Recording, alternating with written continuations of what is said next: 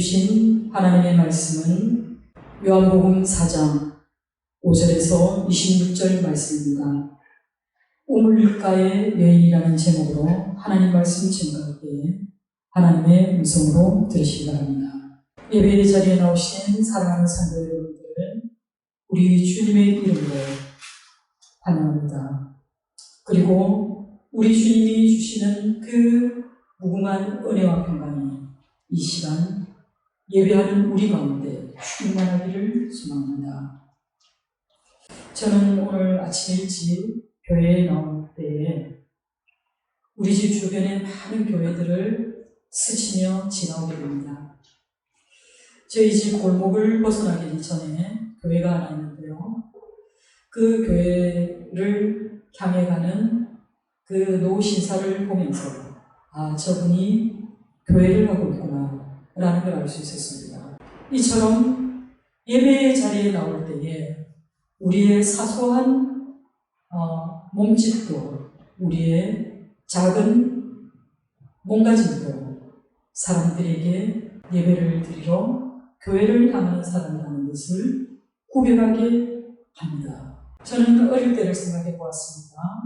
저희 어릴 때는 정말 주일에는 깨끗한 옷을 입고 왔습니다.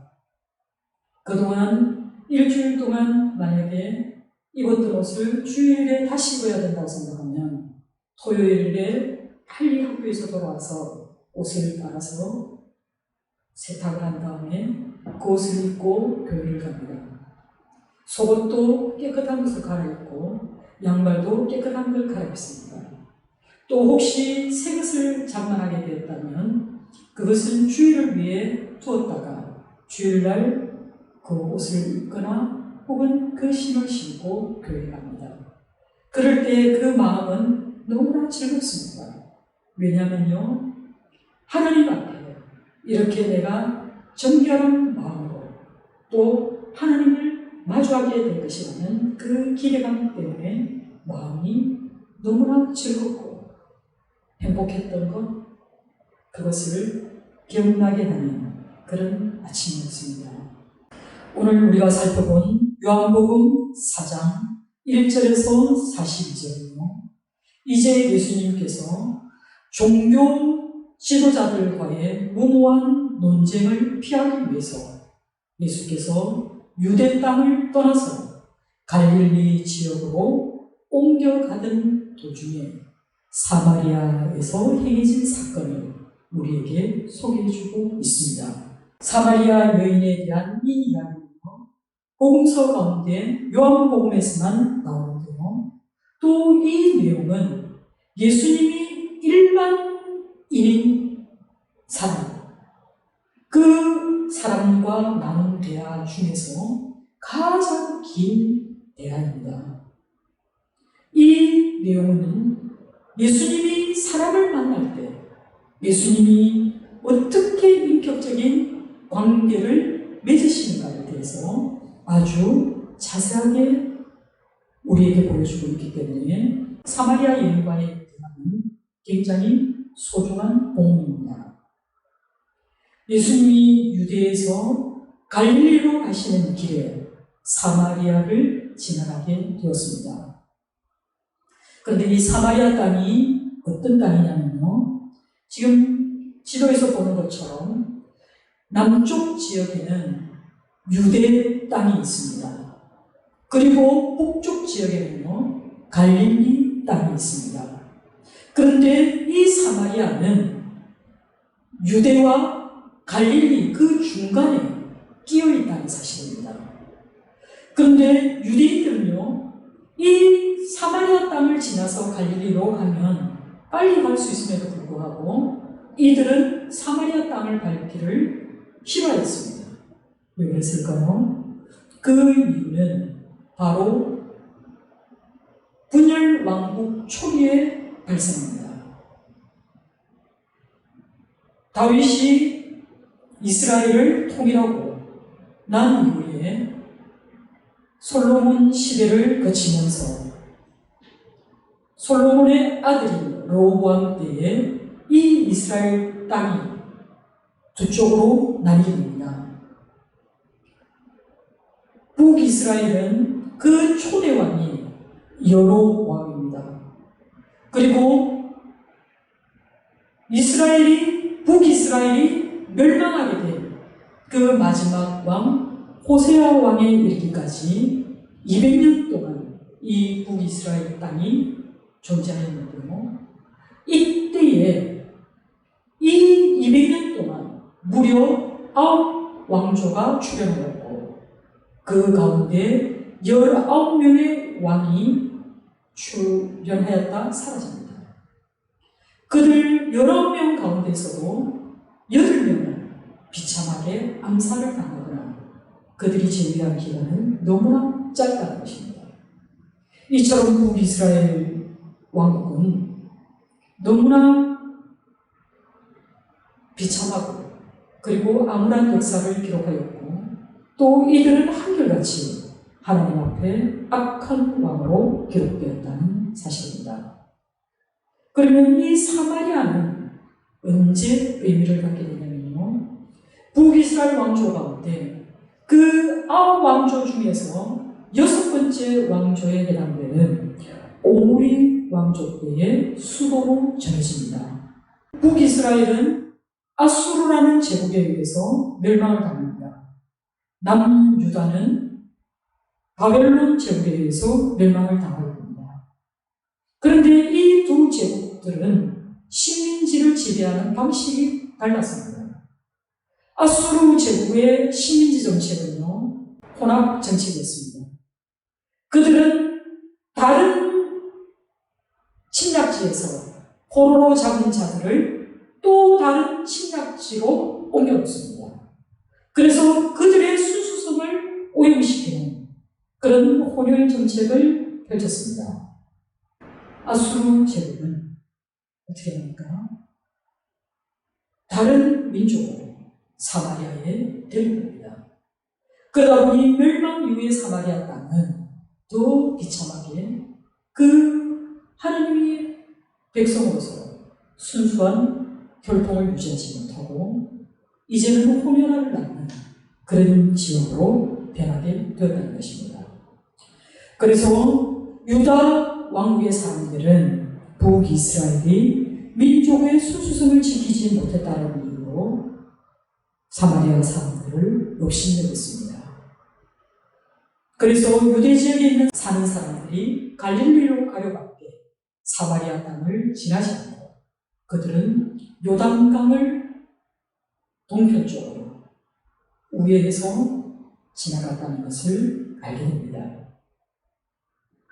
그럼에도 불구하고 오늘 본문을 보니까 우리 예수님이 사마리아에 있는 수가라는 동네에 들어가셨다. 그리고 야곱의 우물 곁에 앉으셨다라는 기록이 있습니다. 사마리아 이 야곱의 우물가는요, 일찍이 야곱이 그의 삼촌의 집에서 떠나와서 세겜에 정착할 때에 세겜의 족장인 하몰의 아들에게 100개를 주고 구입한 그 세겜 땅 근처에 있는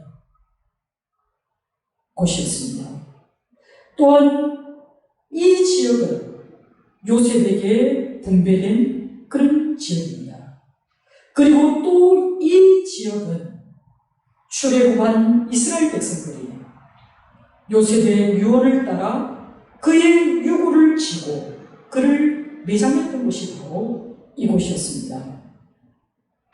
예수님께서도 여행에서 지치셔서 사마리아 야곱의 우물가에 앉아있을 때에 시간이 60쯤 되었다고 요한은 기록하고 있는데요. 우리가 요한복음을 읽을 때 눈여겨보아야 할 것이 요한은 중요한 사건이 있을 때마다 수를 언급합니다. 그리고 지금은 정확한 시간을 제시함으로써 이 복음서를 읽는 독자가 이 사건이 일어났던 그 현장을 역동적으로 표현해주고 있다는 것을 알게 됩니다. 유대 시간의 6시는요, 우리나라 시간으로 따지면 정오입니다. 팔레스타인의 그 뜨거운 태양 아래 예수님도 사역을 마치고 이제 북쪽을 향해 걸어가실 때에 예수님도 지치셨습니다. 피곤하셨습니다. 그래서 예수님이 사마리아 땅에 이르러 앉으신 곳이 바로 야곱의 우물 곁이었습니다. 그런데 정말 이 장렬한 뜨거운 사막의 태양이 정오에 내리쬐다면 그 더위와 열기는 어떻겠습니까? 정말 타들어가는 그런 날씨였을 것입니다. 그런데 이 시간에 그 누구도 오고 가기를 주저하는 바로 그 시간에 한 여인이 물을 깃기 위해 이곳을 찾아오게 됩니다. 도대체 이 여인에게는 어떤 사연이 있길래 아무도 다니기를 주저하는 그 시간을 이용해서 이 여인은 물을 길러야 했을까요? 분명히 이 여인에게는 남의 눈을 피하고 싶은 그 마음이 있었을 것입니다. 그리고 자기 스스로를 남에게 드러내 보이고 싶지 않은 그런 비밀스러움이 있었을 것입니다. 설령 내가 누군가에게 내 마음을 비춘다 하더라도 이 여인의 그 마음의 본질적인 외로움, 그 고독을 아무도 알 수 없기 때문에 그에게는 사람이 필요한 것이 아니었습니다. 사람의 눈길조차도 피하고 싶었던 그녀에게 예수님께서 다가와 말씀합니다. 물을 좀 달라 라고 말씀하셨습니다. 사마리아 여인의 입장에서는 예수님의 행동이 어떻게 보였을까요?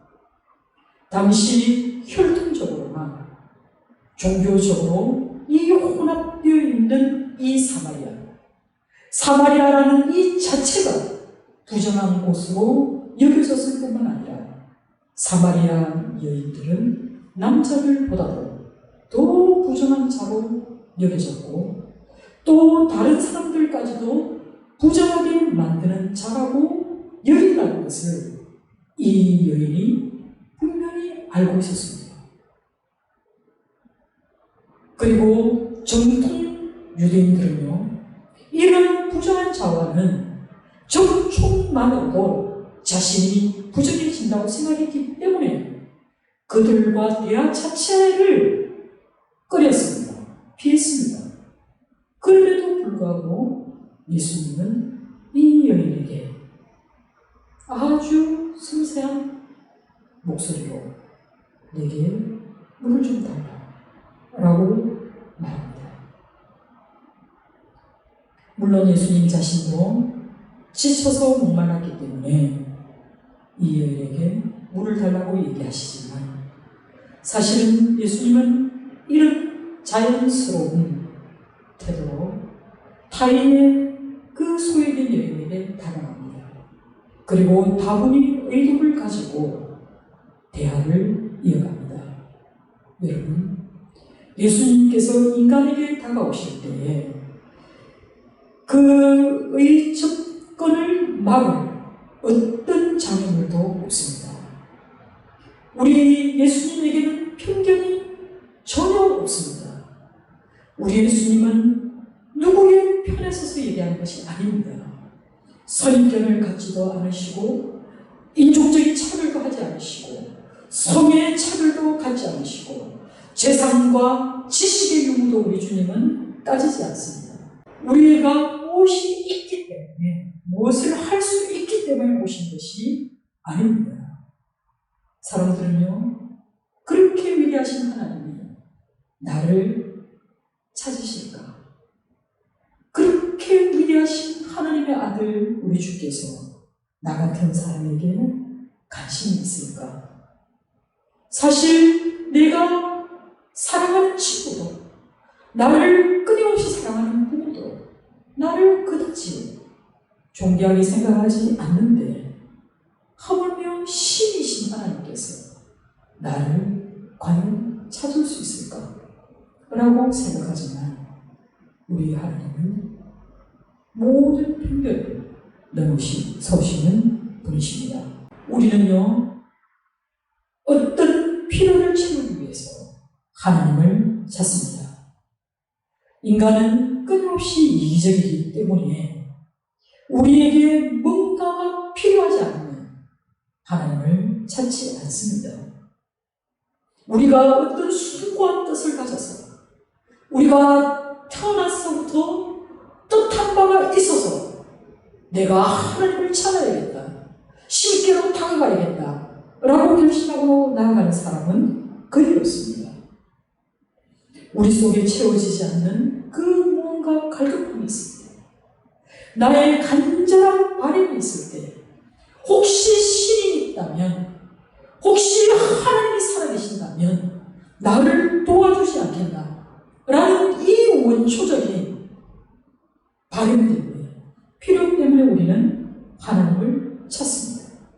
그런데요, 하나님은 우리의 이런 갈급함을 무시하거나 혹은 거절하거나 비인격적으로 다루지 않으시고 더 성실하고 더 고난적인 것을 통해서 우리를 위로하기 원하십니다. 10절에 예수님께서 네가 만일 하나님의 선물과 또 내게 물 좀 달라는 이가 누구인 줄 알았더라면 내가 그에게 구하였을 것이요 그가 생수를 내게 주었으리라 말씀하십니다. 그리고 14절에 내가 주는 물을 마시는 자는 영원히 목마르지 아니하리니 내가 주는 물은 그 속에 영생토록 솟아나는 샘물이 되리라 말씀하셨습니다.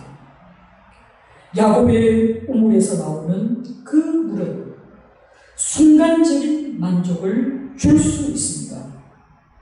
우리의 삶의 재능과 그리고 우리의 삶의 명예와 권력과 지식은 이와 같이 일시적으로 우리에게 만족을 줄 수 있습니다. 그러나 이것은 영원한 갈증, 영원한 만족을 가져다 주지 못한다는 겁니다. 그렇기 때문에 영적인 욕구, 우리의 영적인 갈급함을 만족시켜 줄 수 있는 그 유일한 것은 우리 주님으로부터 온다는 것을 기억하시기 바랍니다. 우리 주님이 주시는 이 샘물은요, 계 속에서 솟아나기 때문에 결국 영생을 이루게 한다는 것입니다. 여기서 말하는 영생이라고 하는 것은 영원히 지속되는 그런 양적인 생명보다는 오히려 한 걸음 더 나아가 우리가 하나님과의 관계 속에서 그가 주시는 그 생명으로 우리가 살아가는 그런 질적인 풍요로, 질적인 충만함을 뜻하고 있습니다. 이처럼 예수님은 이 여인에게 일시적인 물뿐만 아니라 영원히 목마르지 않는 그런 생명의 물을 주시겠다라고 말씀하시니 이 여인의 태도는 어떻습니까? 이 여인은 1차적인 물을 원했지만 예수님께서 영원히 목마르지 않도록 해주시겠다라고 하니 이 여인은 그 물을 내게 달라고 합니다. 그러면서 뭐라고 얘기합니까? 그런 물을 내게 주사 목마르지도 않고 또 여기 물길로 오지도 않게 하옵소서 라고 예수님께 말합니다. 여인은 예수님께서 뭔가 특별한 어떤 물을 내게 주실 분이라는 것을 이제 알게 되었습니다. 그러나 이 여인은 아직도 예수께서 주시고자 하는 물의 진정한 의미를 깨닫지 못하고 이 말을 문자적으로 이해했습니다. 그리고 이 여인은 단지 육체적인 욕망과 일상적인 요구의 영역에서 벗어나지 못하고 있기 때문에 자신의 목마름과 수고를 들어줄 그 물만을 요구하고 있었습니다. 그런데요, 예수님과의 이 사마리아 여인과의 대화는 우리를 참 당황하게 하는 장면들이 있습니다. 지금 여자가 물을 달라고 얘기했을 때 예수님이 이렇게 얘기하십니다. 가서 당신 남편을 불러오라 라는 놀라운 말씀을 하십니다. 여인에게 이 남편은요, 감추고 싶은 비밀입니다. 이 여인이 한낮에 이 장렬한 태양 속에 물을 길러 나올 수밖에 없었던 이유가 바로 이 남편에게 있습니다. 이 여인의 대답은 나는 남편이 없나이다 라고 얘기합니다. 사실 이 여인은 남편이 없다고 얘기합니다. 그런데요, 예수님의 대답은 더 우리 생각이 광합니다. 네 말이 옳다라고 얘기합니다.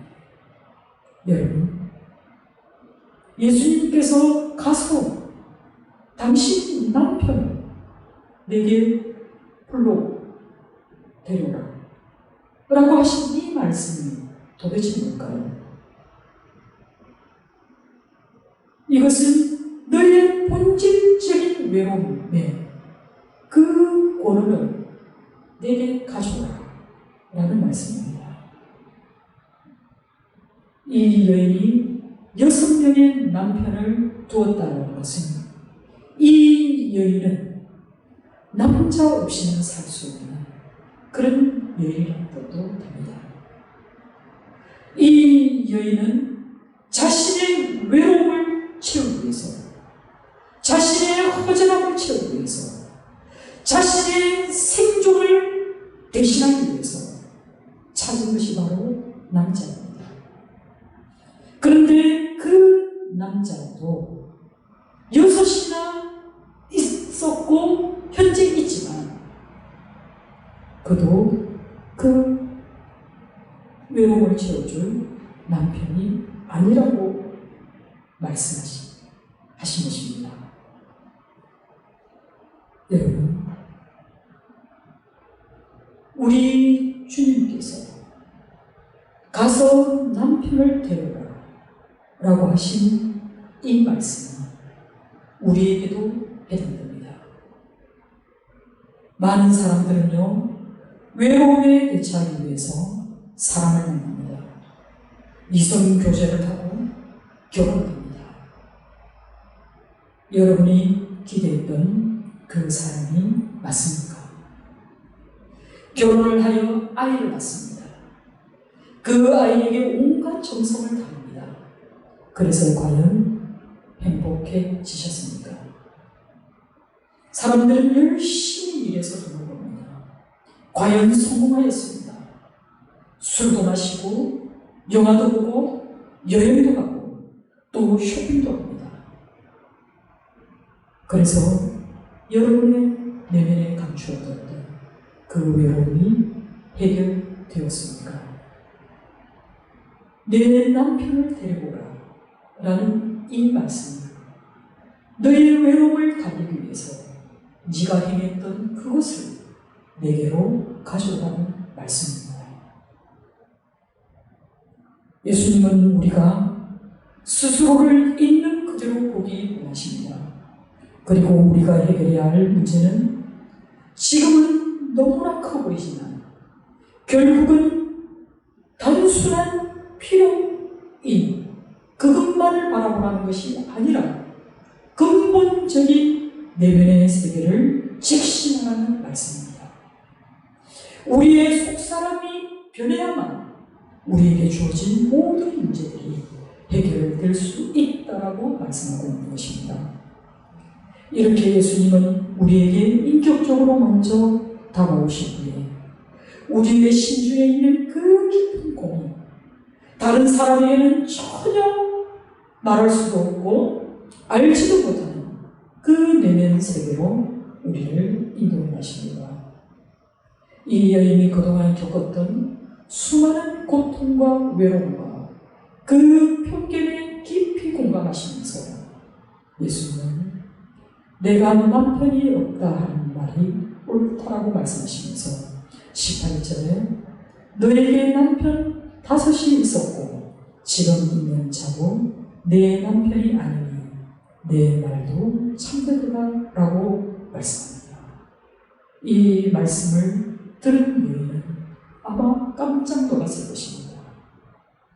한 번도 본 적이 없는 유대인 남자가 나의 사생활을 꿰뚫어 보고 있었다는 것이 너무나 놀라운 일이었을 것입니다.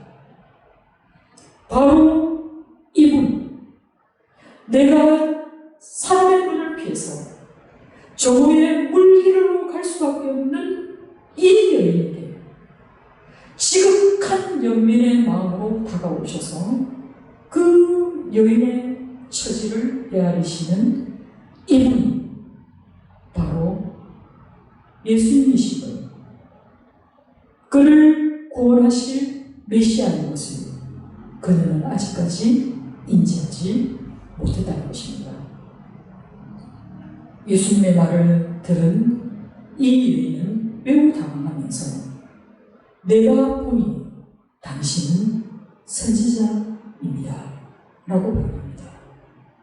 그런데 또 생뚱맞게요, 우리 예수님의 대화가 예배로 이끌어갑니다. 예수님은 이 처음 보는 여자에게 물 한 모금이 필요했던 유대인으로 비친 것이 아니라 랍비로 비쳤습니다. 그리고 이제는 이 여인에게 내가 보니 선지자이군요 라는 그 깨달음에까지 이르게 하셨습니다. 여기서 보니에 해당되는 헬라어 뜻은요, 한 번 보아서 즉시 아는 것이 아닙니다. 계획 속에서 내가 면밀히 관찰해 보니까 깨닫게 된 그 결과를 얘기하는 것입니다. 그렇지만 이 여인은 지금 자신 앞에 다가오는 이분이 세상을 구원하실 바로 그 선지자, 오실 메시아라는 것을 인식하지 못했습니다. 예수님을 선지자로 인식한 이 여인은 그동안에 사마리아 사람들과 유대인들의 그 해묵은 예배 문제를 거론하기 시작합니다. 그러면서 20절에 우리 조상들은 이 산에서 예배하였는데 당신들의 말은 예배할 곳이 예루살렘에 있다 하나이다 라고 문제제기합니다. 이거 굉장히 중요한 이야기인데요, 남유다와 북이스라엘 간에는 예배 처소에 대한 갈등이 굉장히 극심했습니다. 남북 왕국이 분리되고 난 그 이유가 바로 여기서 찾을 수 있는데요, 북이스라엘은요 초기에는 베델과 단에 금송아지 신상을 섬겼습니다. 그리고 이들의 예배에 대한 처소의 문제가 첨예해지게 된 것은요, 이스라엘 백성들이 남유다 백성들이 바벨론으로 포로로 끌려갔다가 70년 후에 1차 귀환하게 됩니다. 이때 1차 귀환 때에 그들을 인솔한 사람이 바로 수룹바벨입니다. 수룹바벨이 다시 유다로 돌아와서 성전을 건축하려고 할 때에 이스라엘, 북이스라엘 사마리아 사람들과 첨예하게 예배 처소 문제 때문에 대립하게 됩니다. 사마리아 사람들이 이 성전 건축에 동참하고 싶었지만 남유다 사람들이 이들을 거절합니다.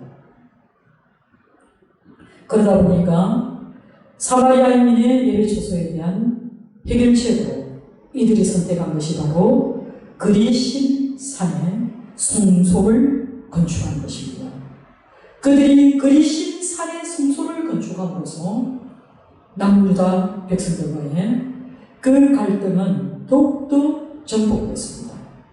그리고 사마리아 사람들은요, 그들은 그들만의 모세 오경을 성경으로 인정하면서 아브라함이 이삭을 바쳤던 모리아산과 이 그리심 산을 동등한 축복의 산으로, 왜냐하면 그리심 산에서 축복이 선포되었기 때문에 동등하게 보았던 것입니다.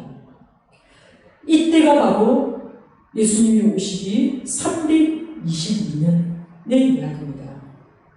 이 예루살렘과 대립되는 이 그리심산 성전이 200년 동안 종속해 있었다가 우리 신구약 중간사인 BC 129년 하스모니안 왕조의 힐카누스에 의해서 이 성전이 파괴됩니다. 그 이후로 이 축복의 산으로 여겨졌던 그리심산은 사마리아인들의 기도하는 처소로 남아있었던 것입니다. 유대인들이 말하는 그 성소, 그 성전은 예루살렘, 곧 모리아산에 그립되어 있는 예루살렘 성전뿐입니다. 유대인들은 신명기 22장 5절의 말씀에 입각해서 예루살렘을 하나님께 예배하는 그런 유일한 중앙성소로 세울 것을 인정했고, 또 그들은 이 성소 외에 다른 곳에서 예배하는 것은 하나님의 말씀을 위배할 뿐만 아니라 여호와 종교의 순수성을 해치는 것이라 생각했기 때문에 사마리아인들의 그리심산 중심의 그 예배 행위를 도무지 인정할 수 없었던 것입니다. 여인의 질문을 받은 예수님께서 이렇게 말씀하십니다. 여자여, 내 말을 믿으라 라고 말씀합니다. 이 말은 무엇입니까? 자기를 신앙의 대상으로 삼으라는 이 명령은요, 단순히 선지자의 명령이 아닙니다. 이것은 신적 권위를 가진 자신이 바로 메시아임을 암시하는 말씀입니다. 그러면서 예수님은 말씀합니다. 이 산에서도 말고 예루살렘에서도 말고 너희가 아버지께 예배할 때가 이르리라 라고 말씀하시면서 이제 장소와 의식의 제한을 초월한 그런 하나님께 예배할 때가 온다는 것, 그 놀라운 진리를 다른 사람도 아닌 이 이방 여인에게 계시하여 주셨다는 것입니다. 아버지께 참되게 예배하는 자들은 영과 진리로 예배할 때가 오나니 곧 이때라고 말씀합니다. 이때는 바로 새로운 방식으로 하나님께 예배하기 시작할 때를 말씀합니다.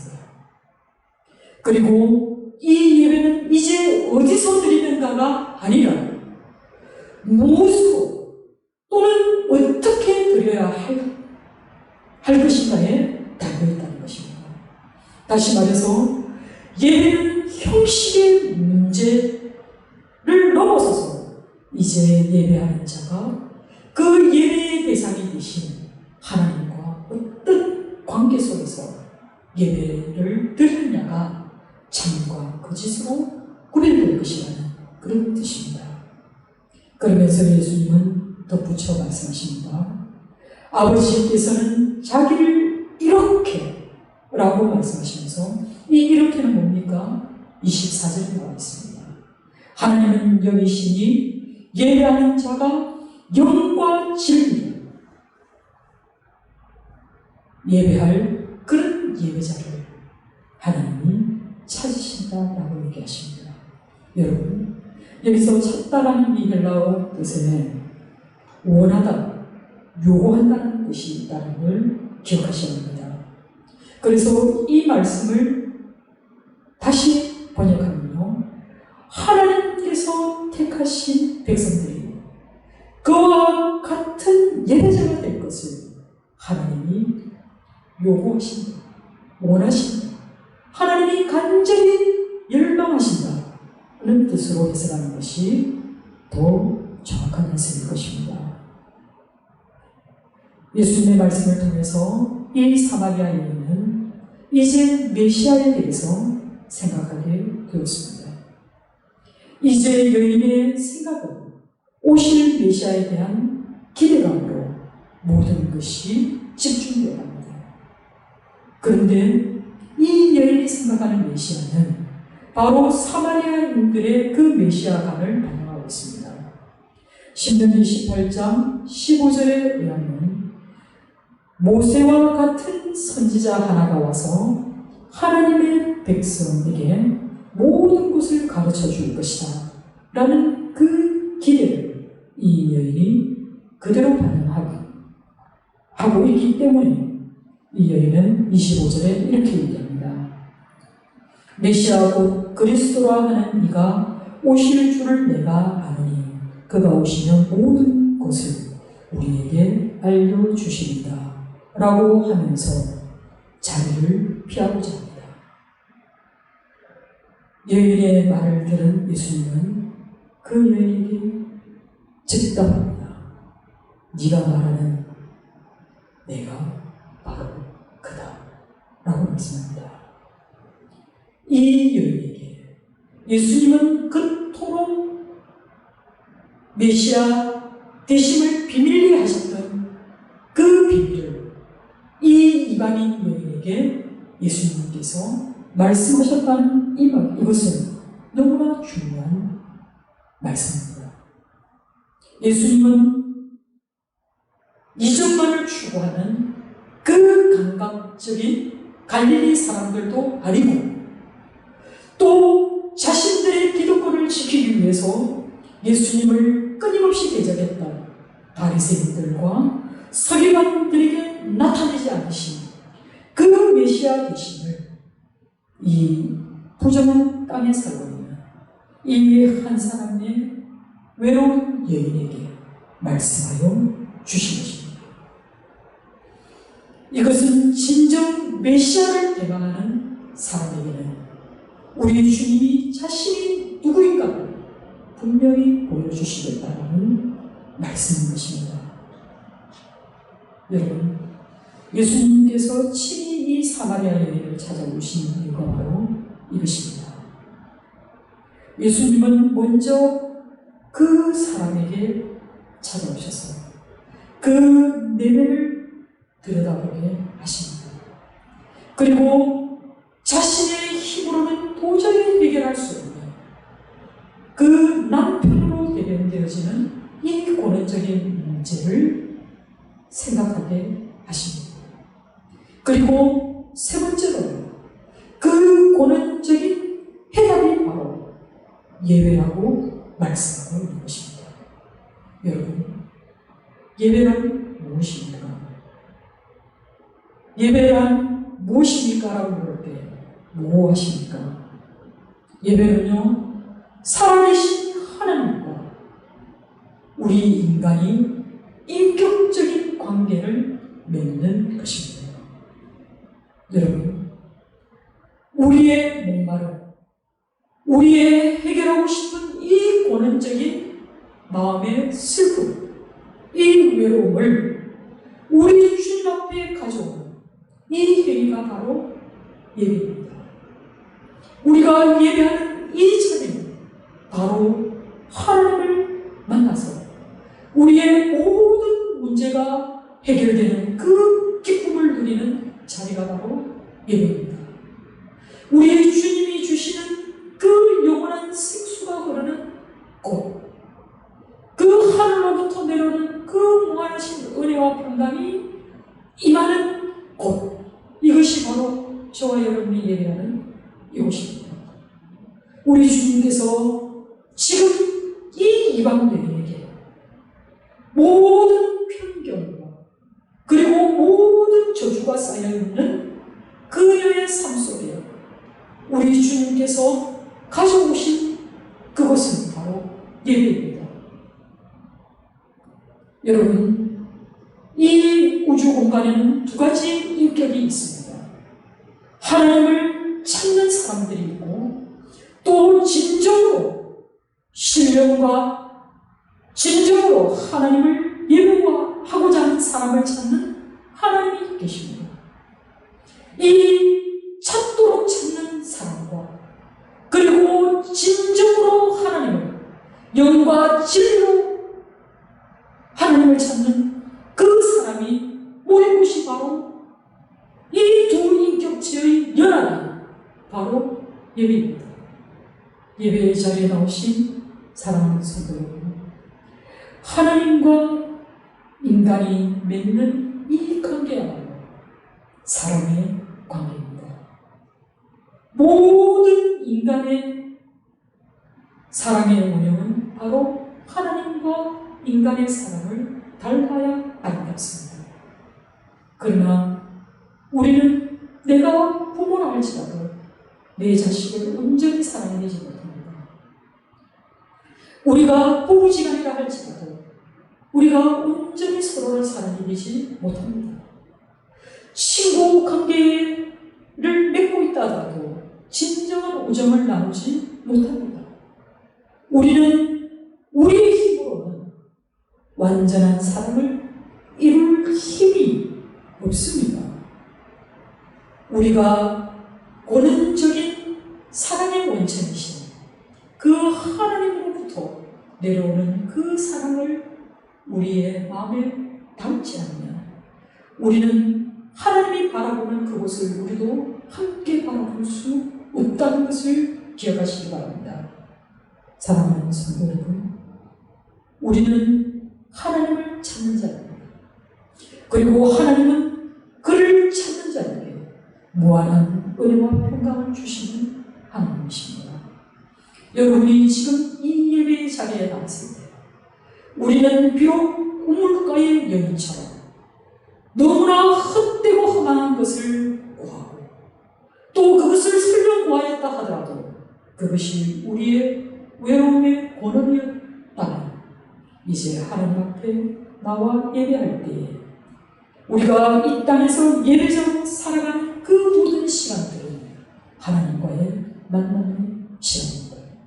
그렇기 때문에 우리는 어느 곳에서나 진정으로 하나님을 예배할 때 우리의 내면에 있는 그 근본적인 문제들이 치유되고 회복되는 것을 경험하게 될 것입니다.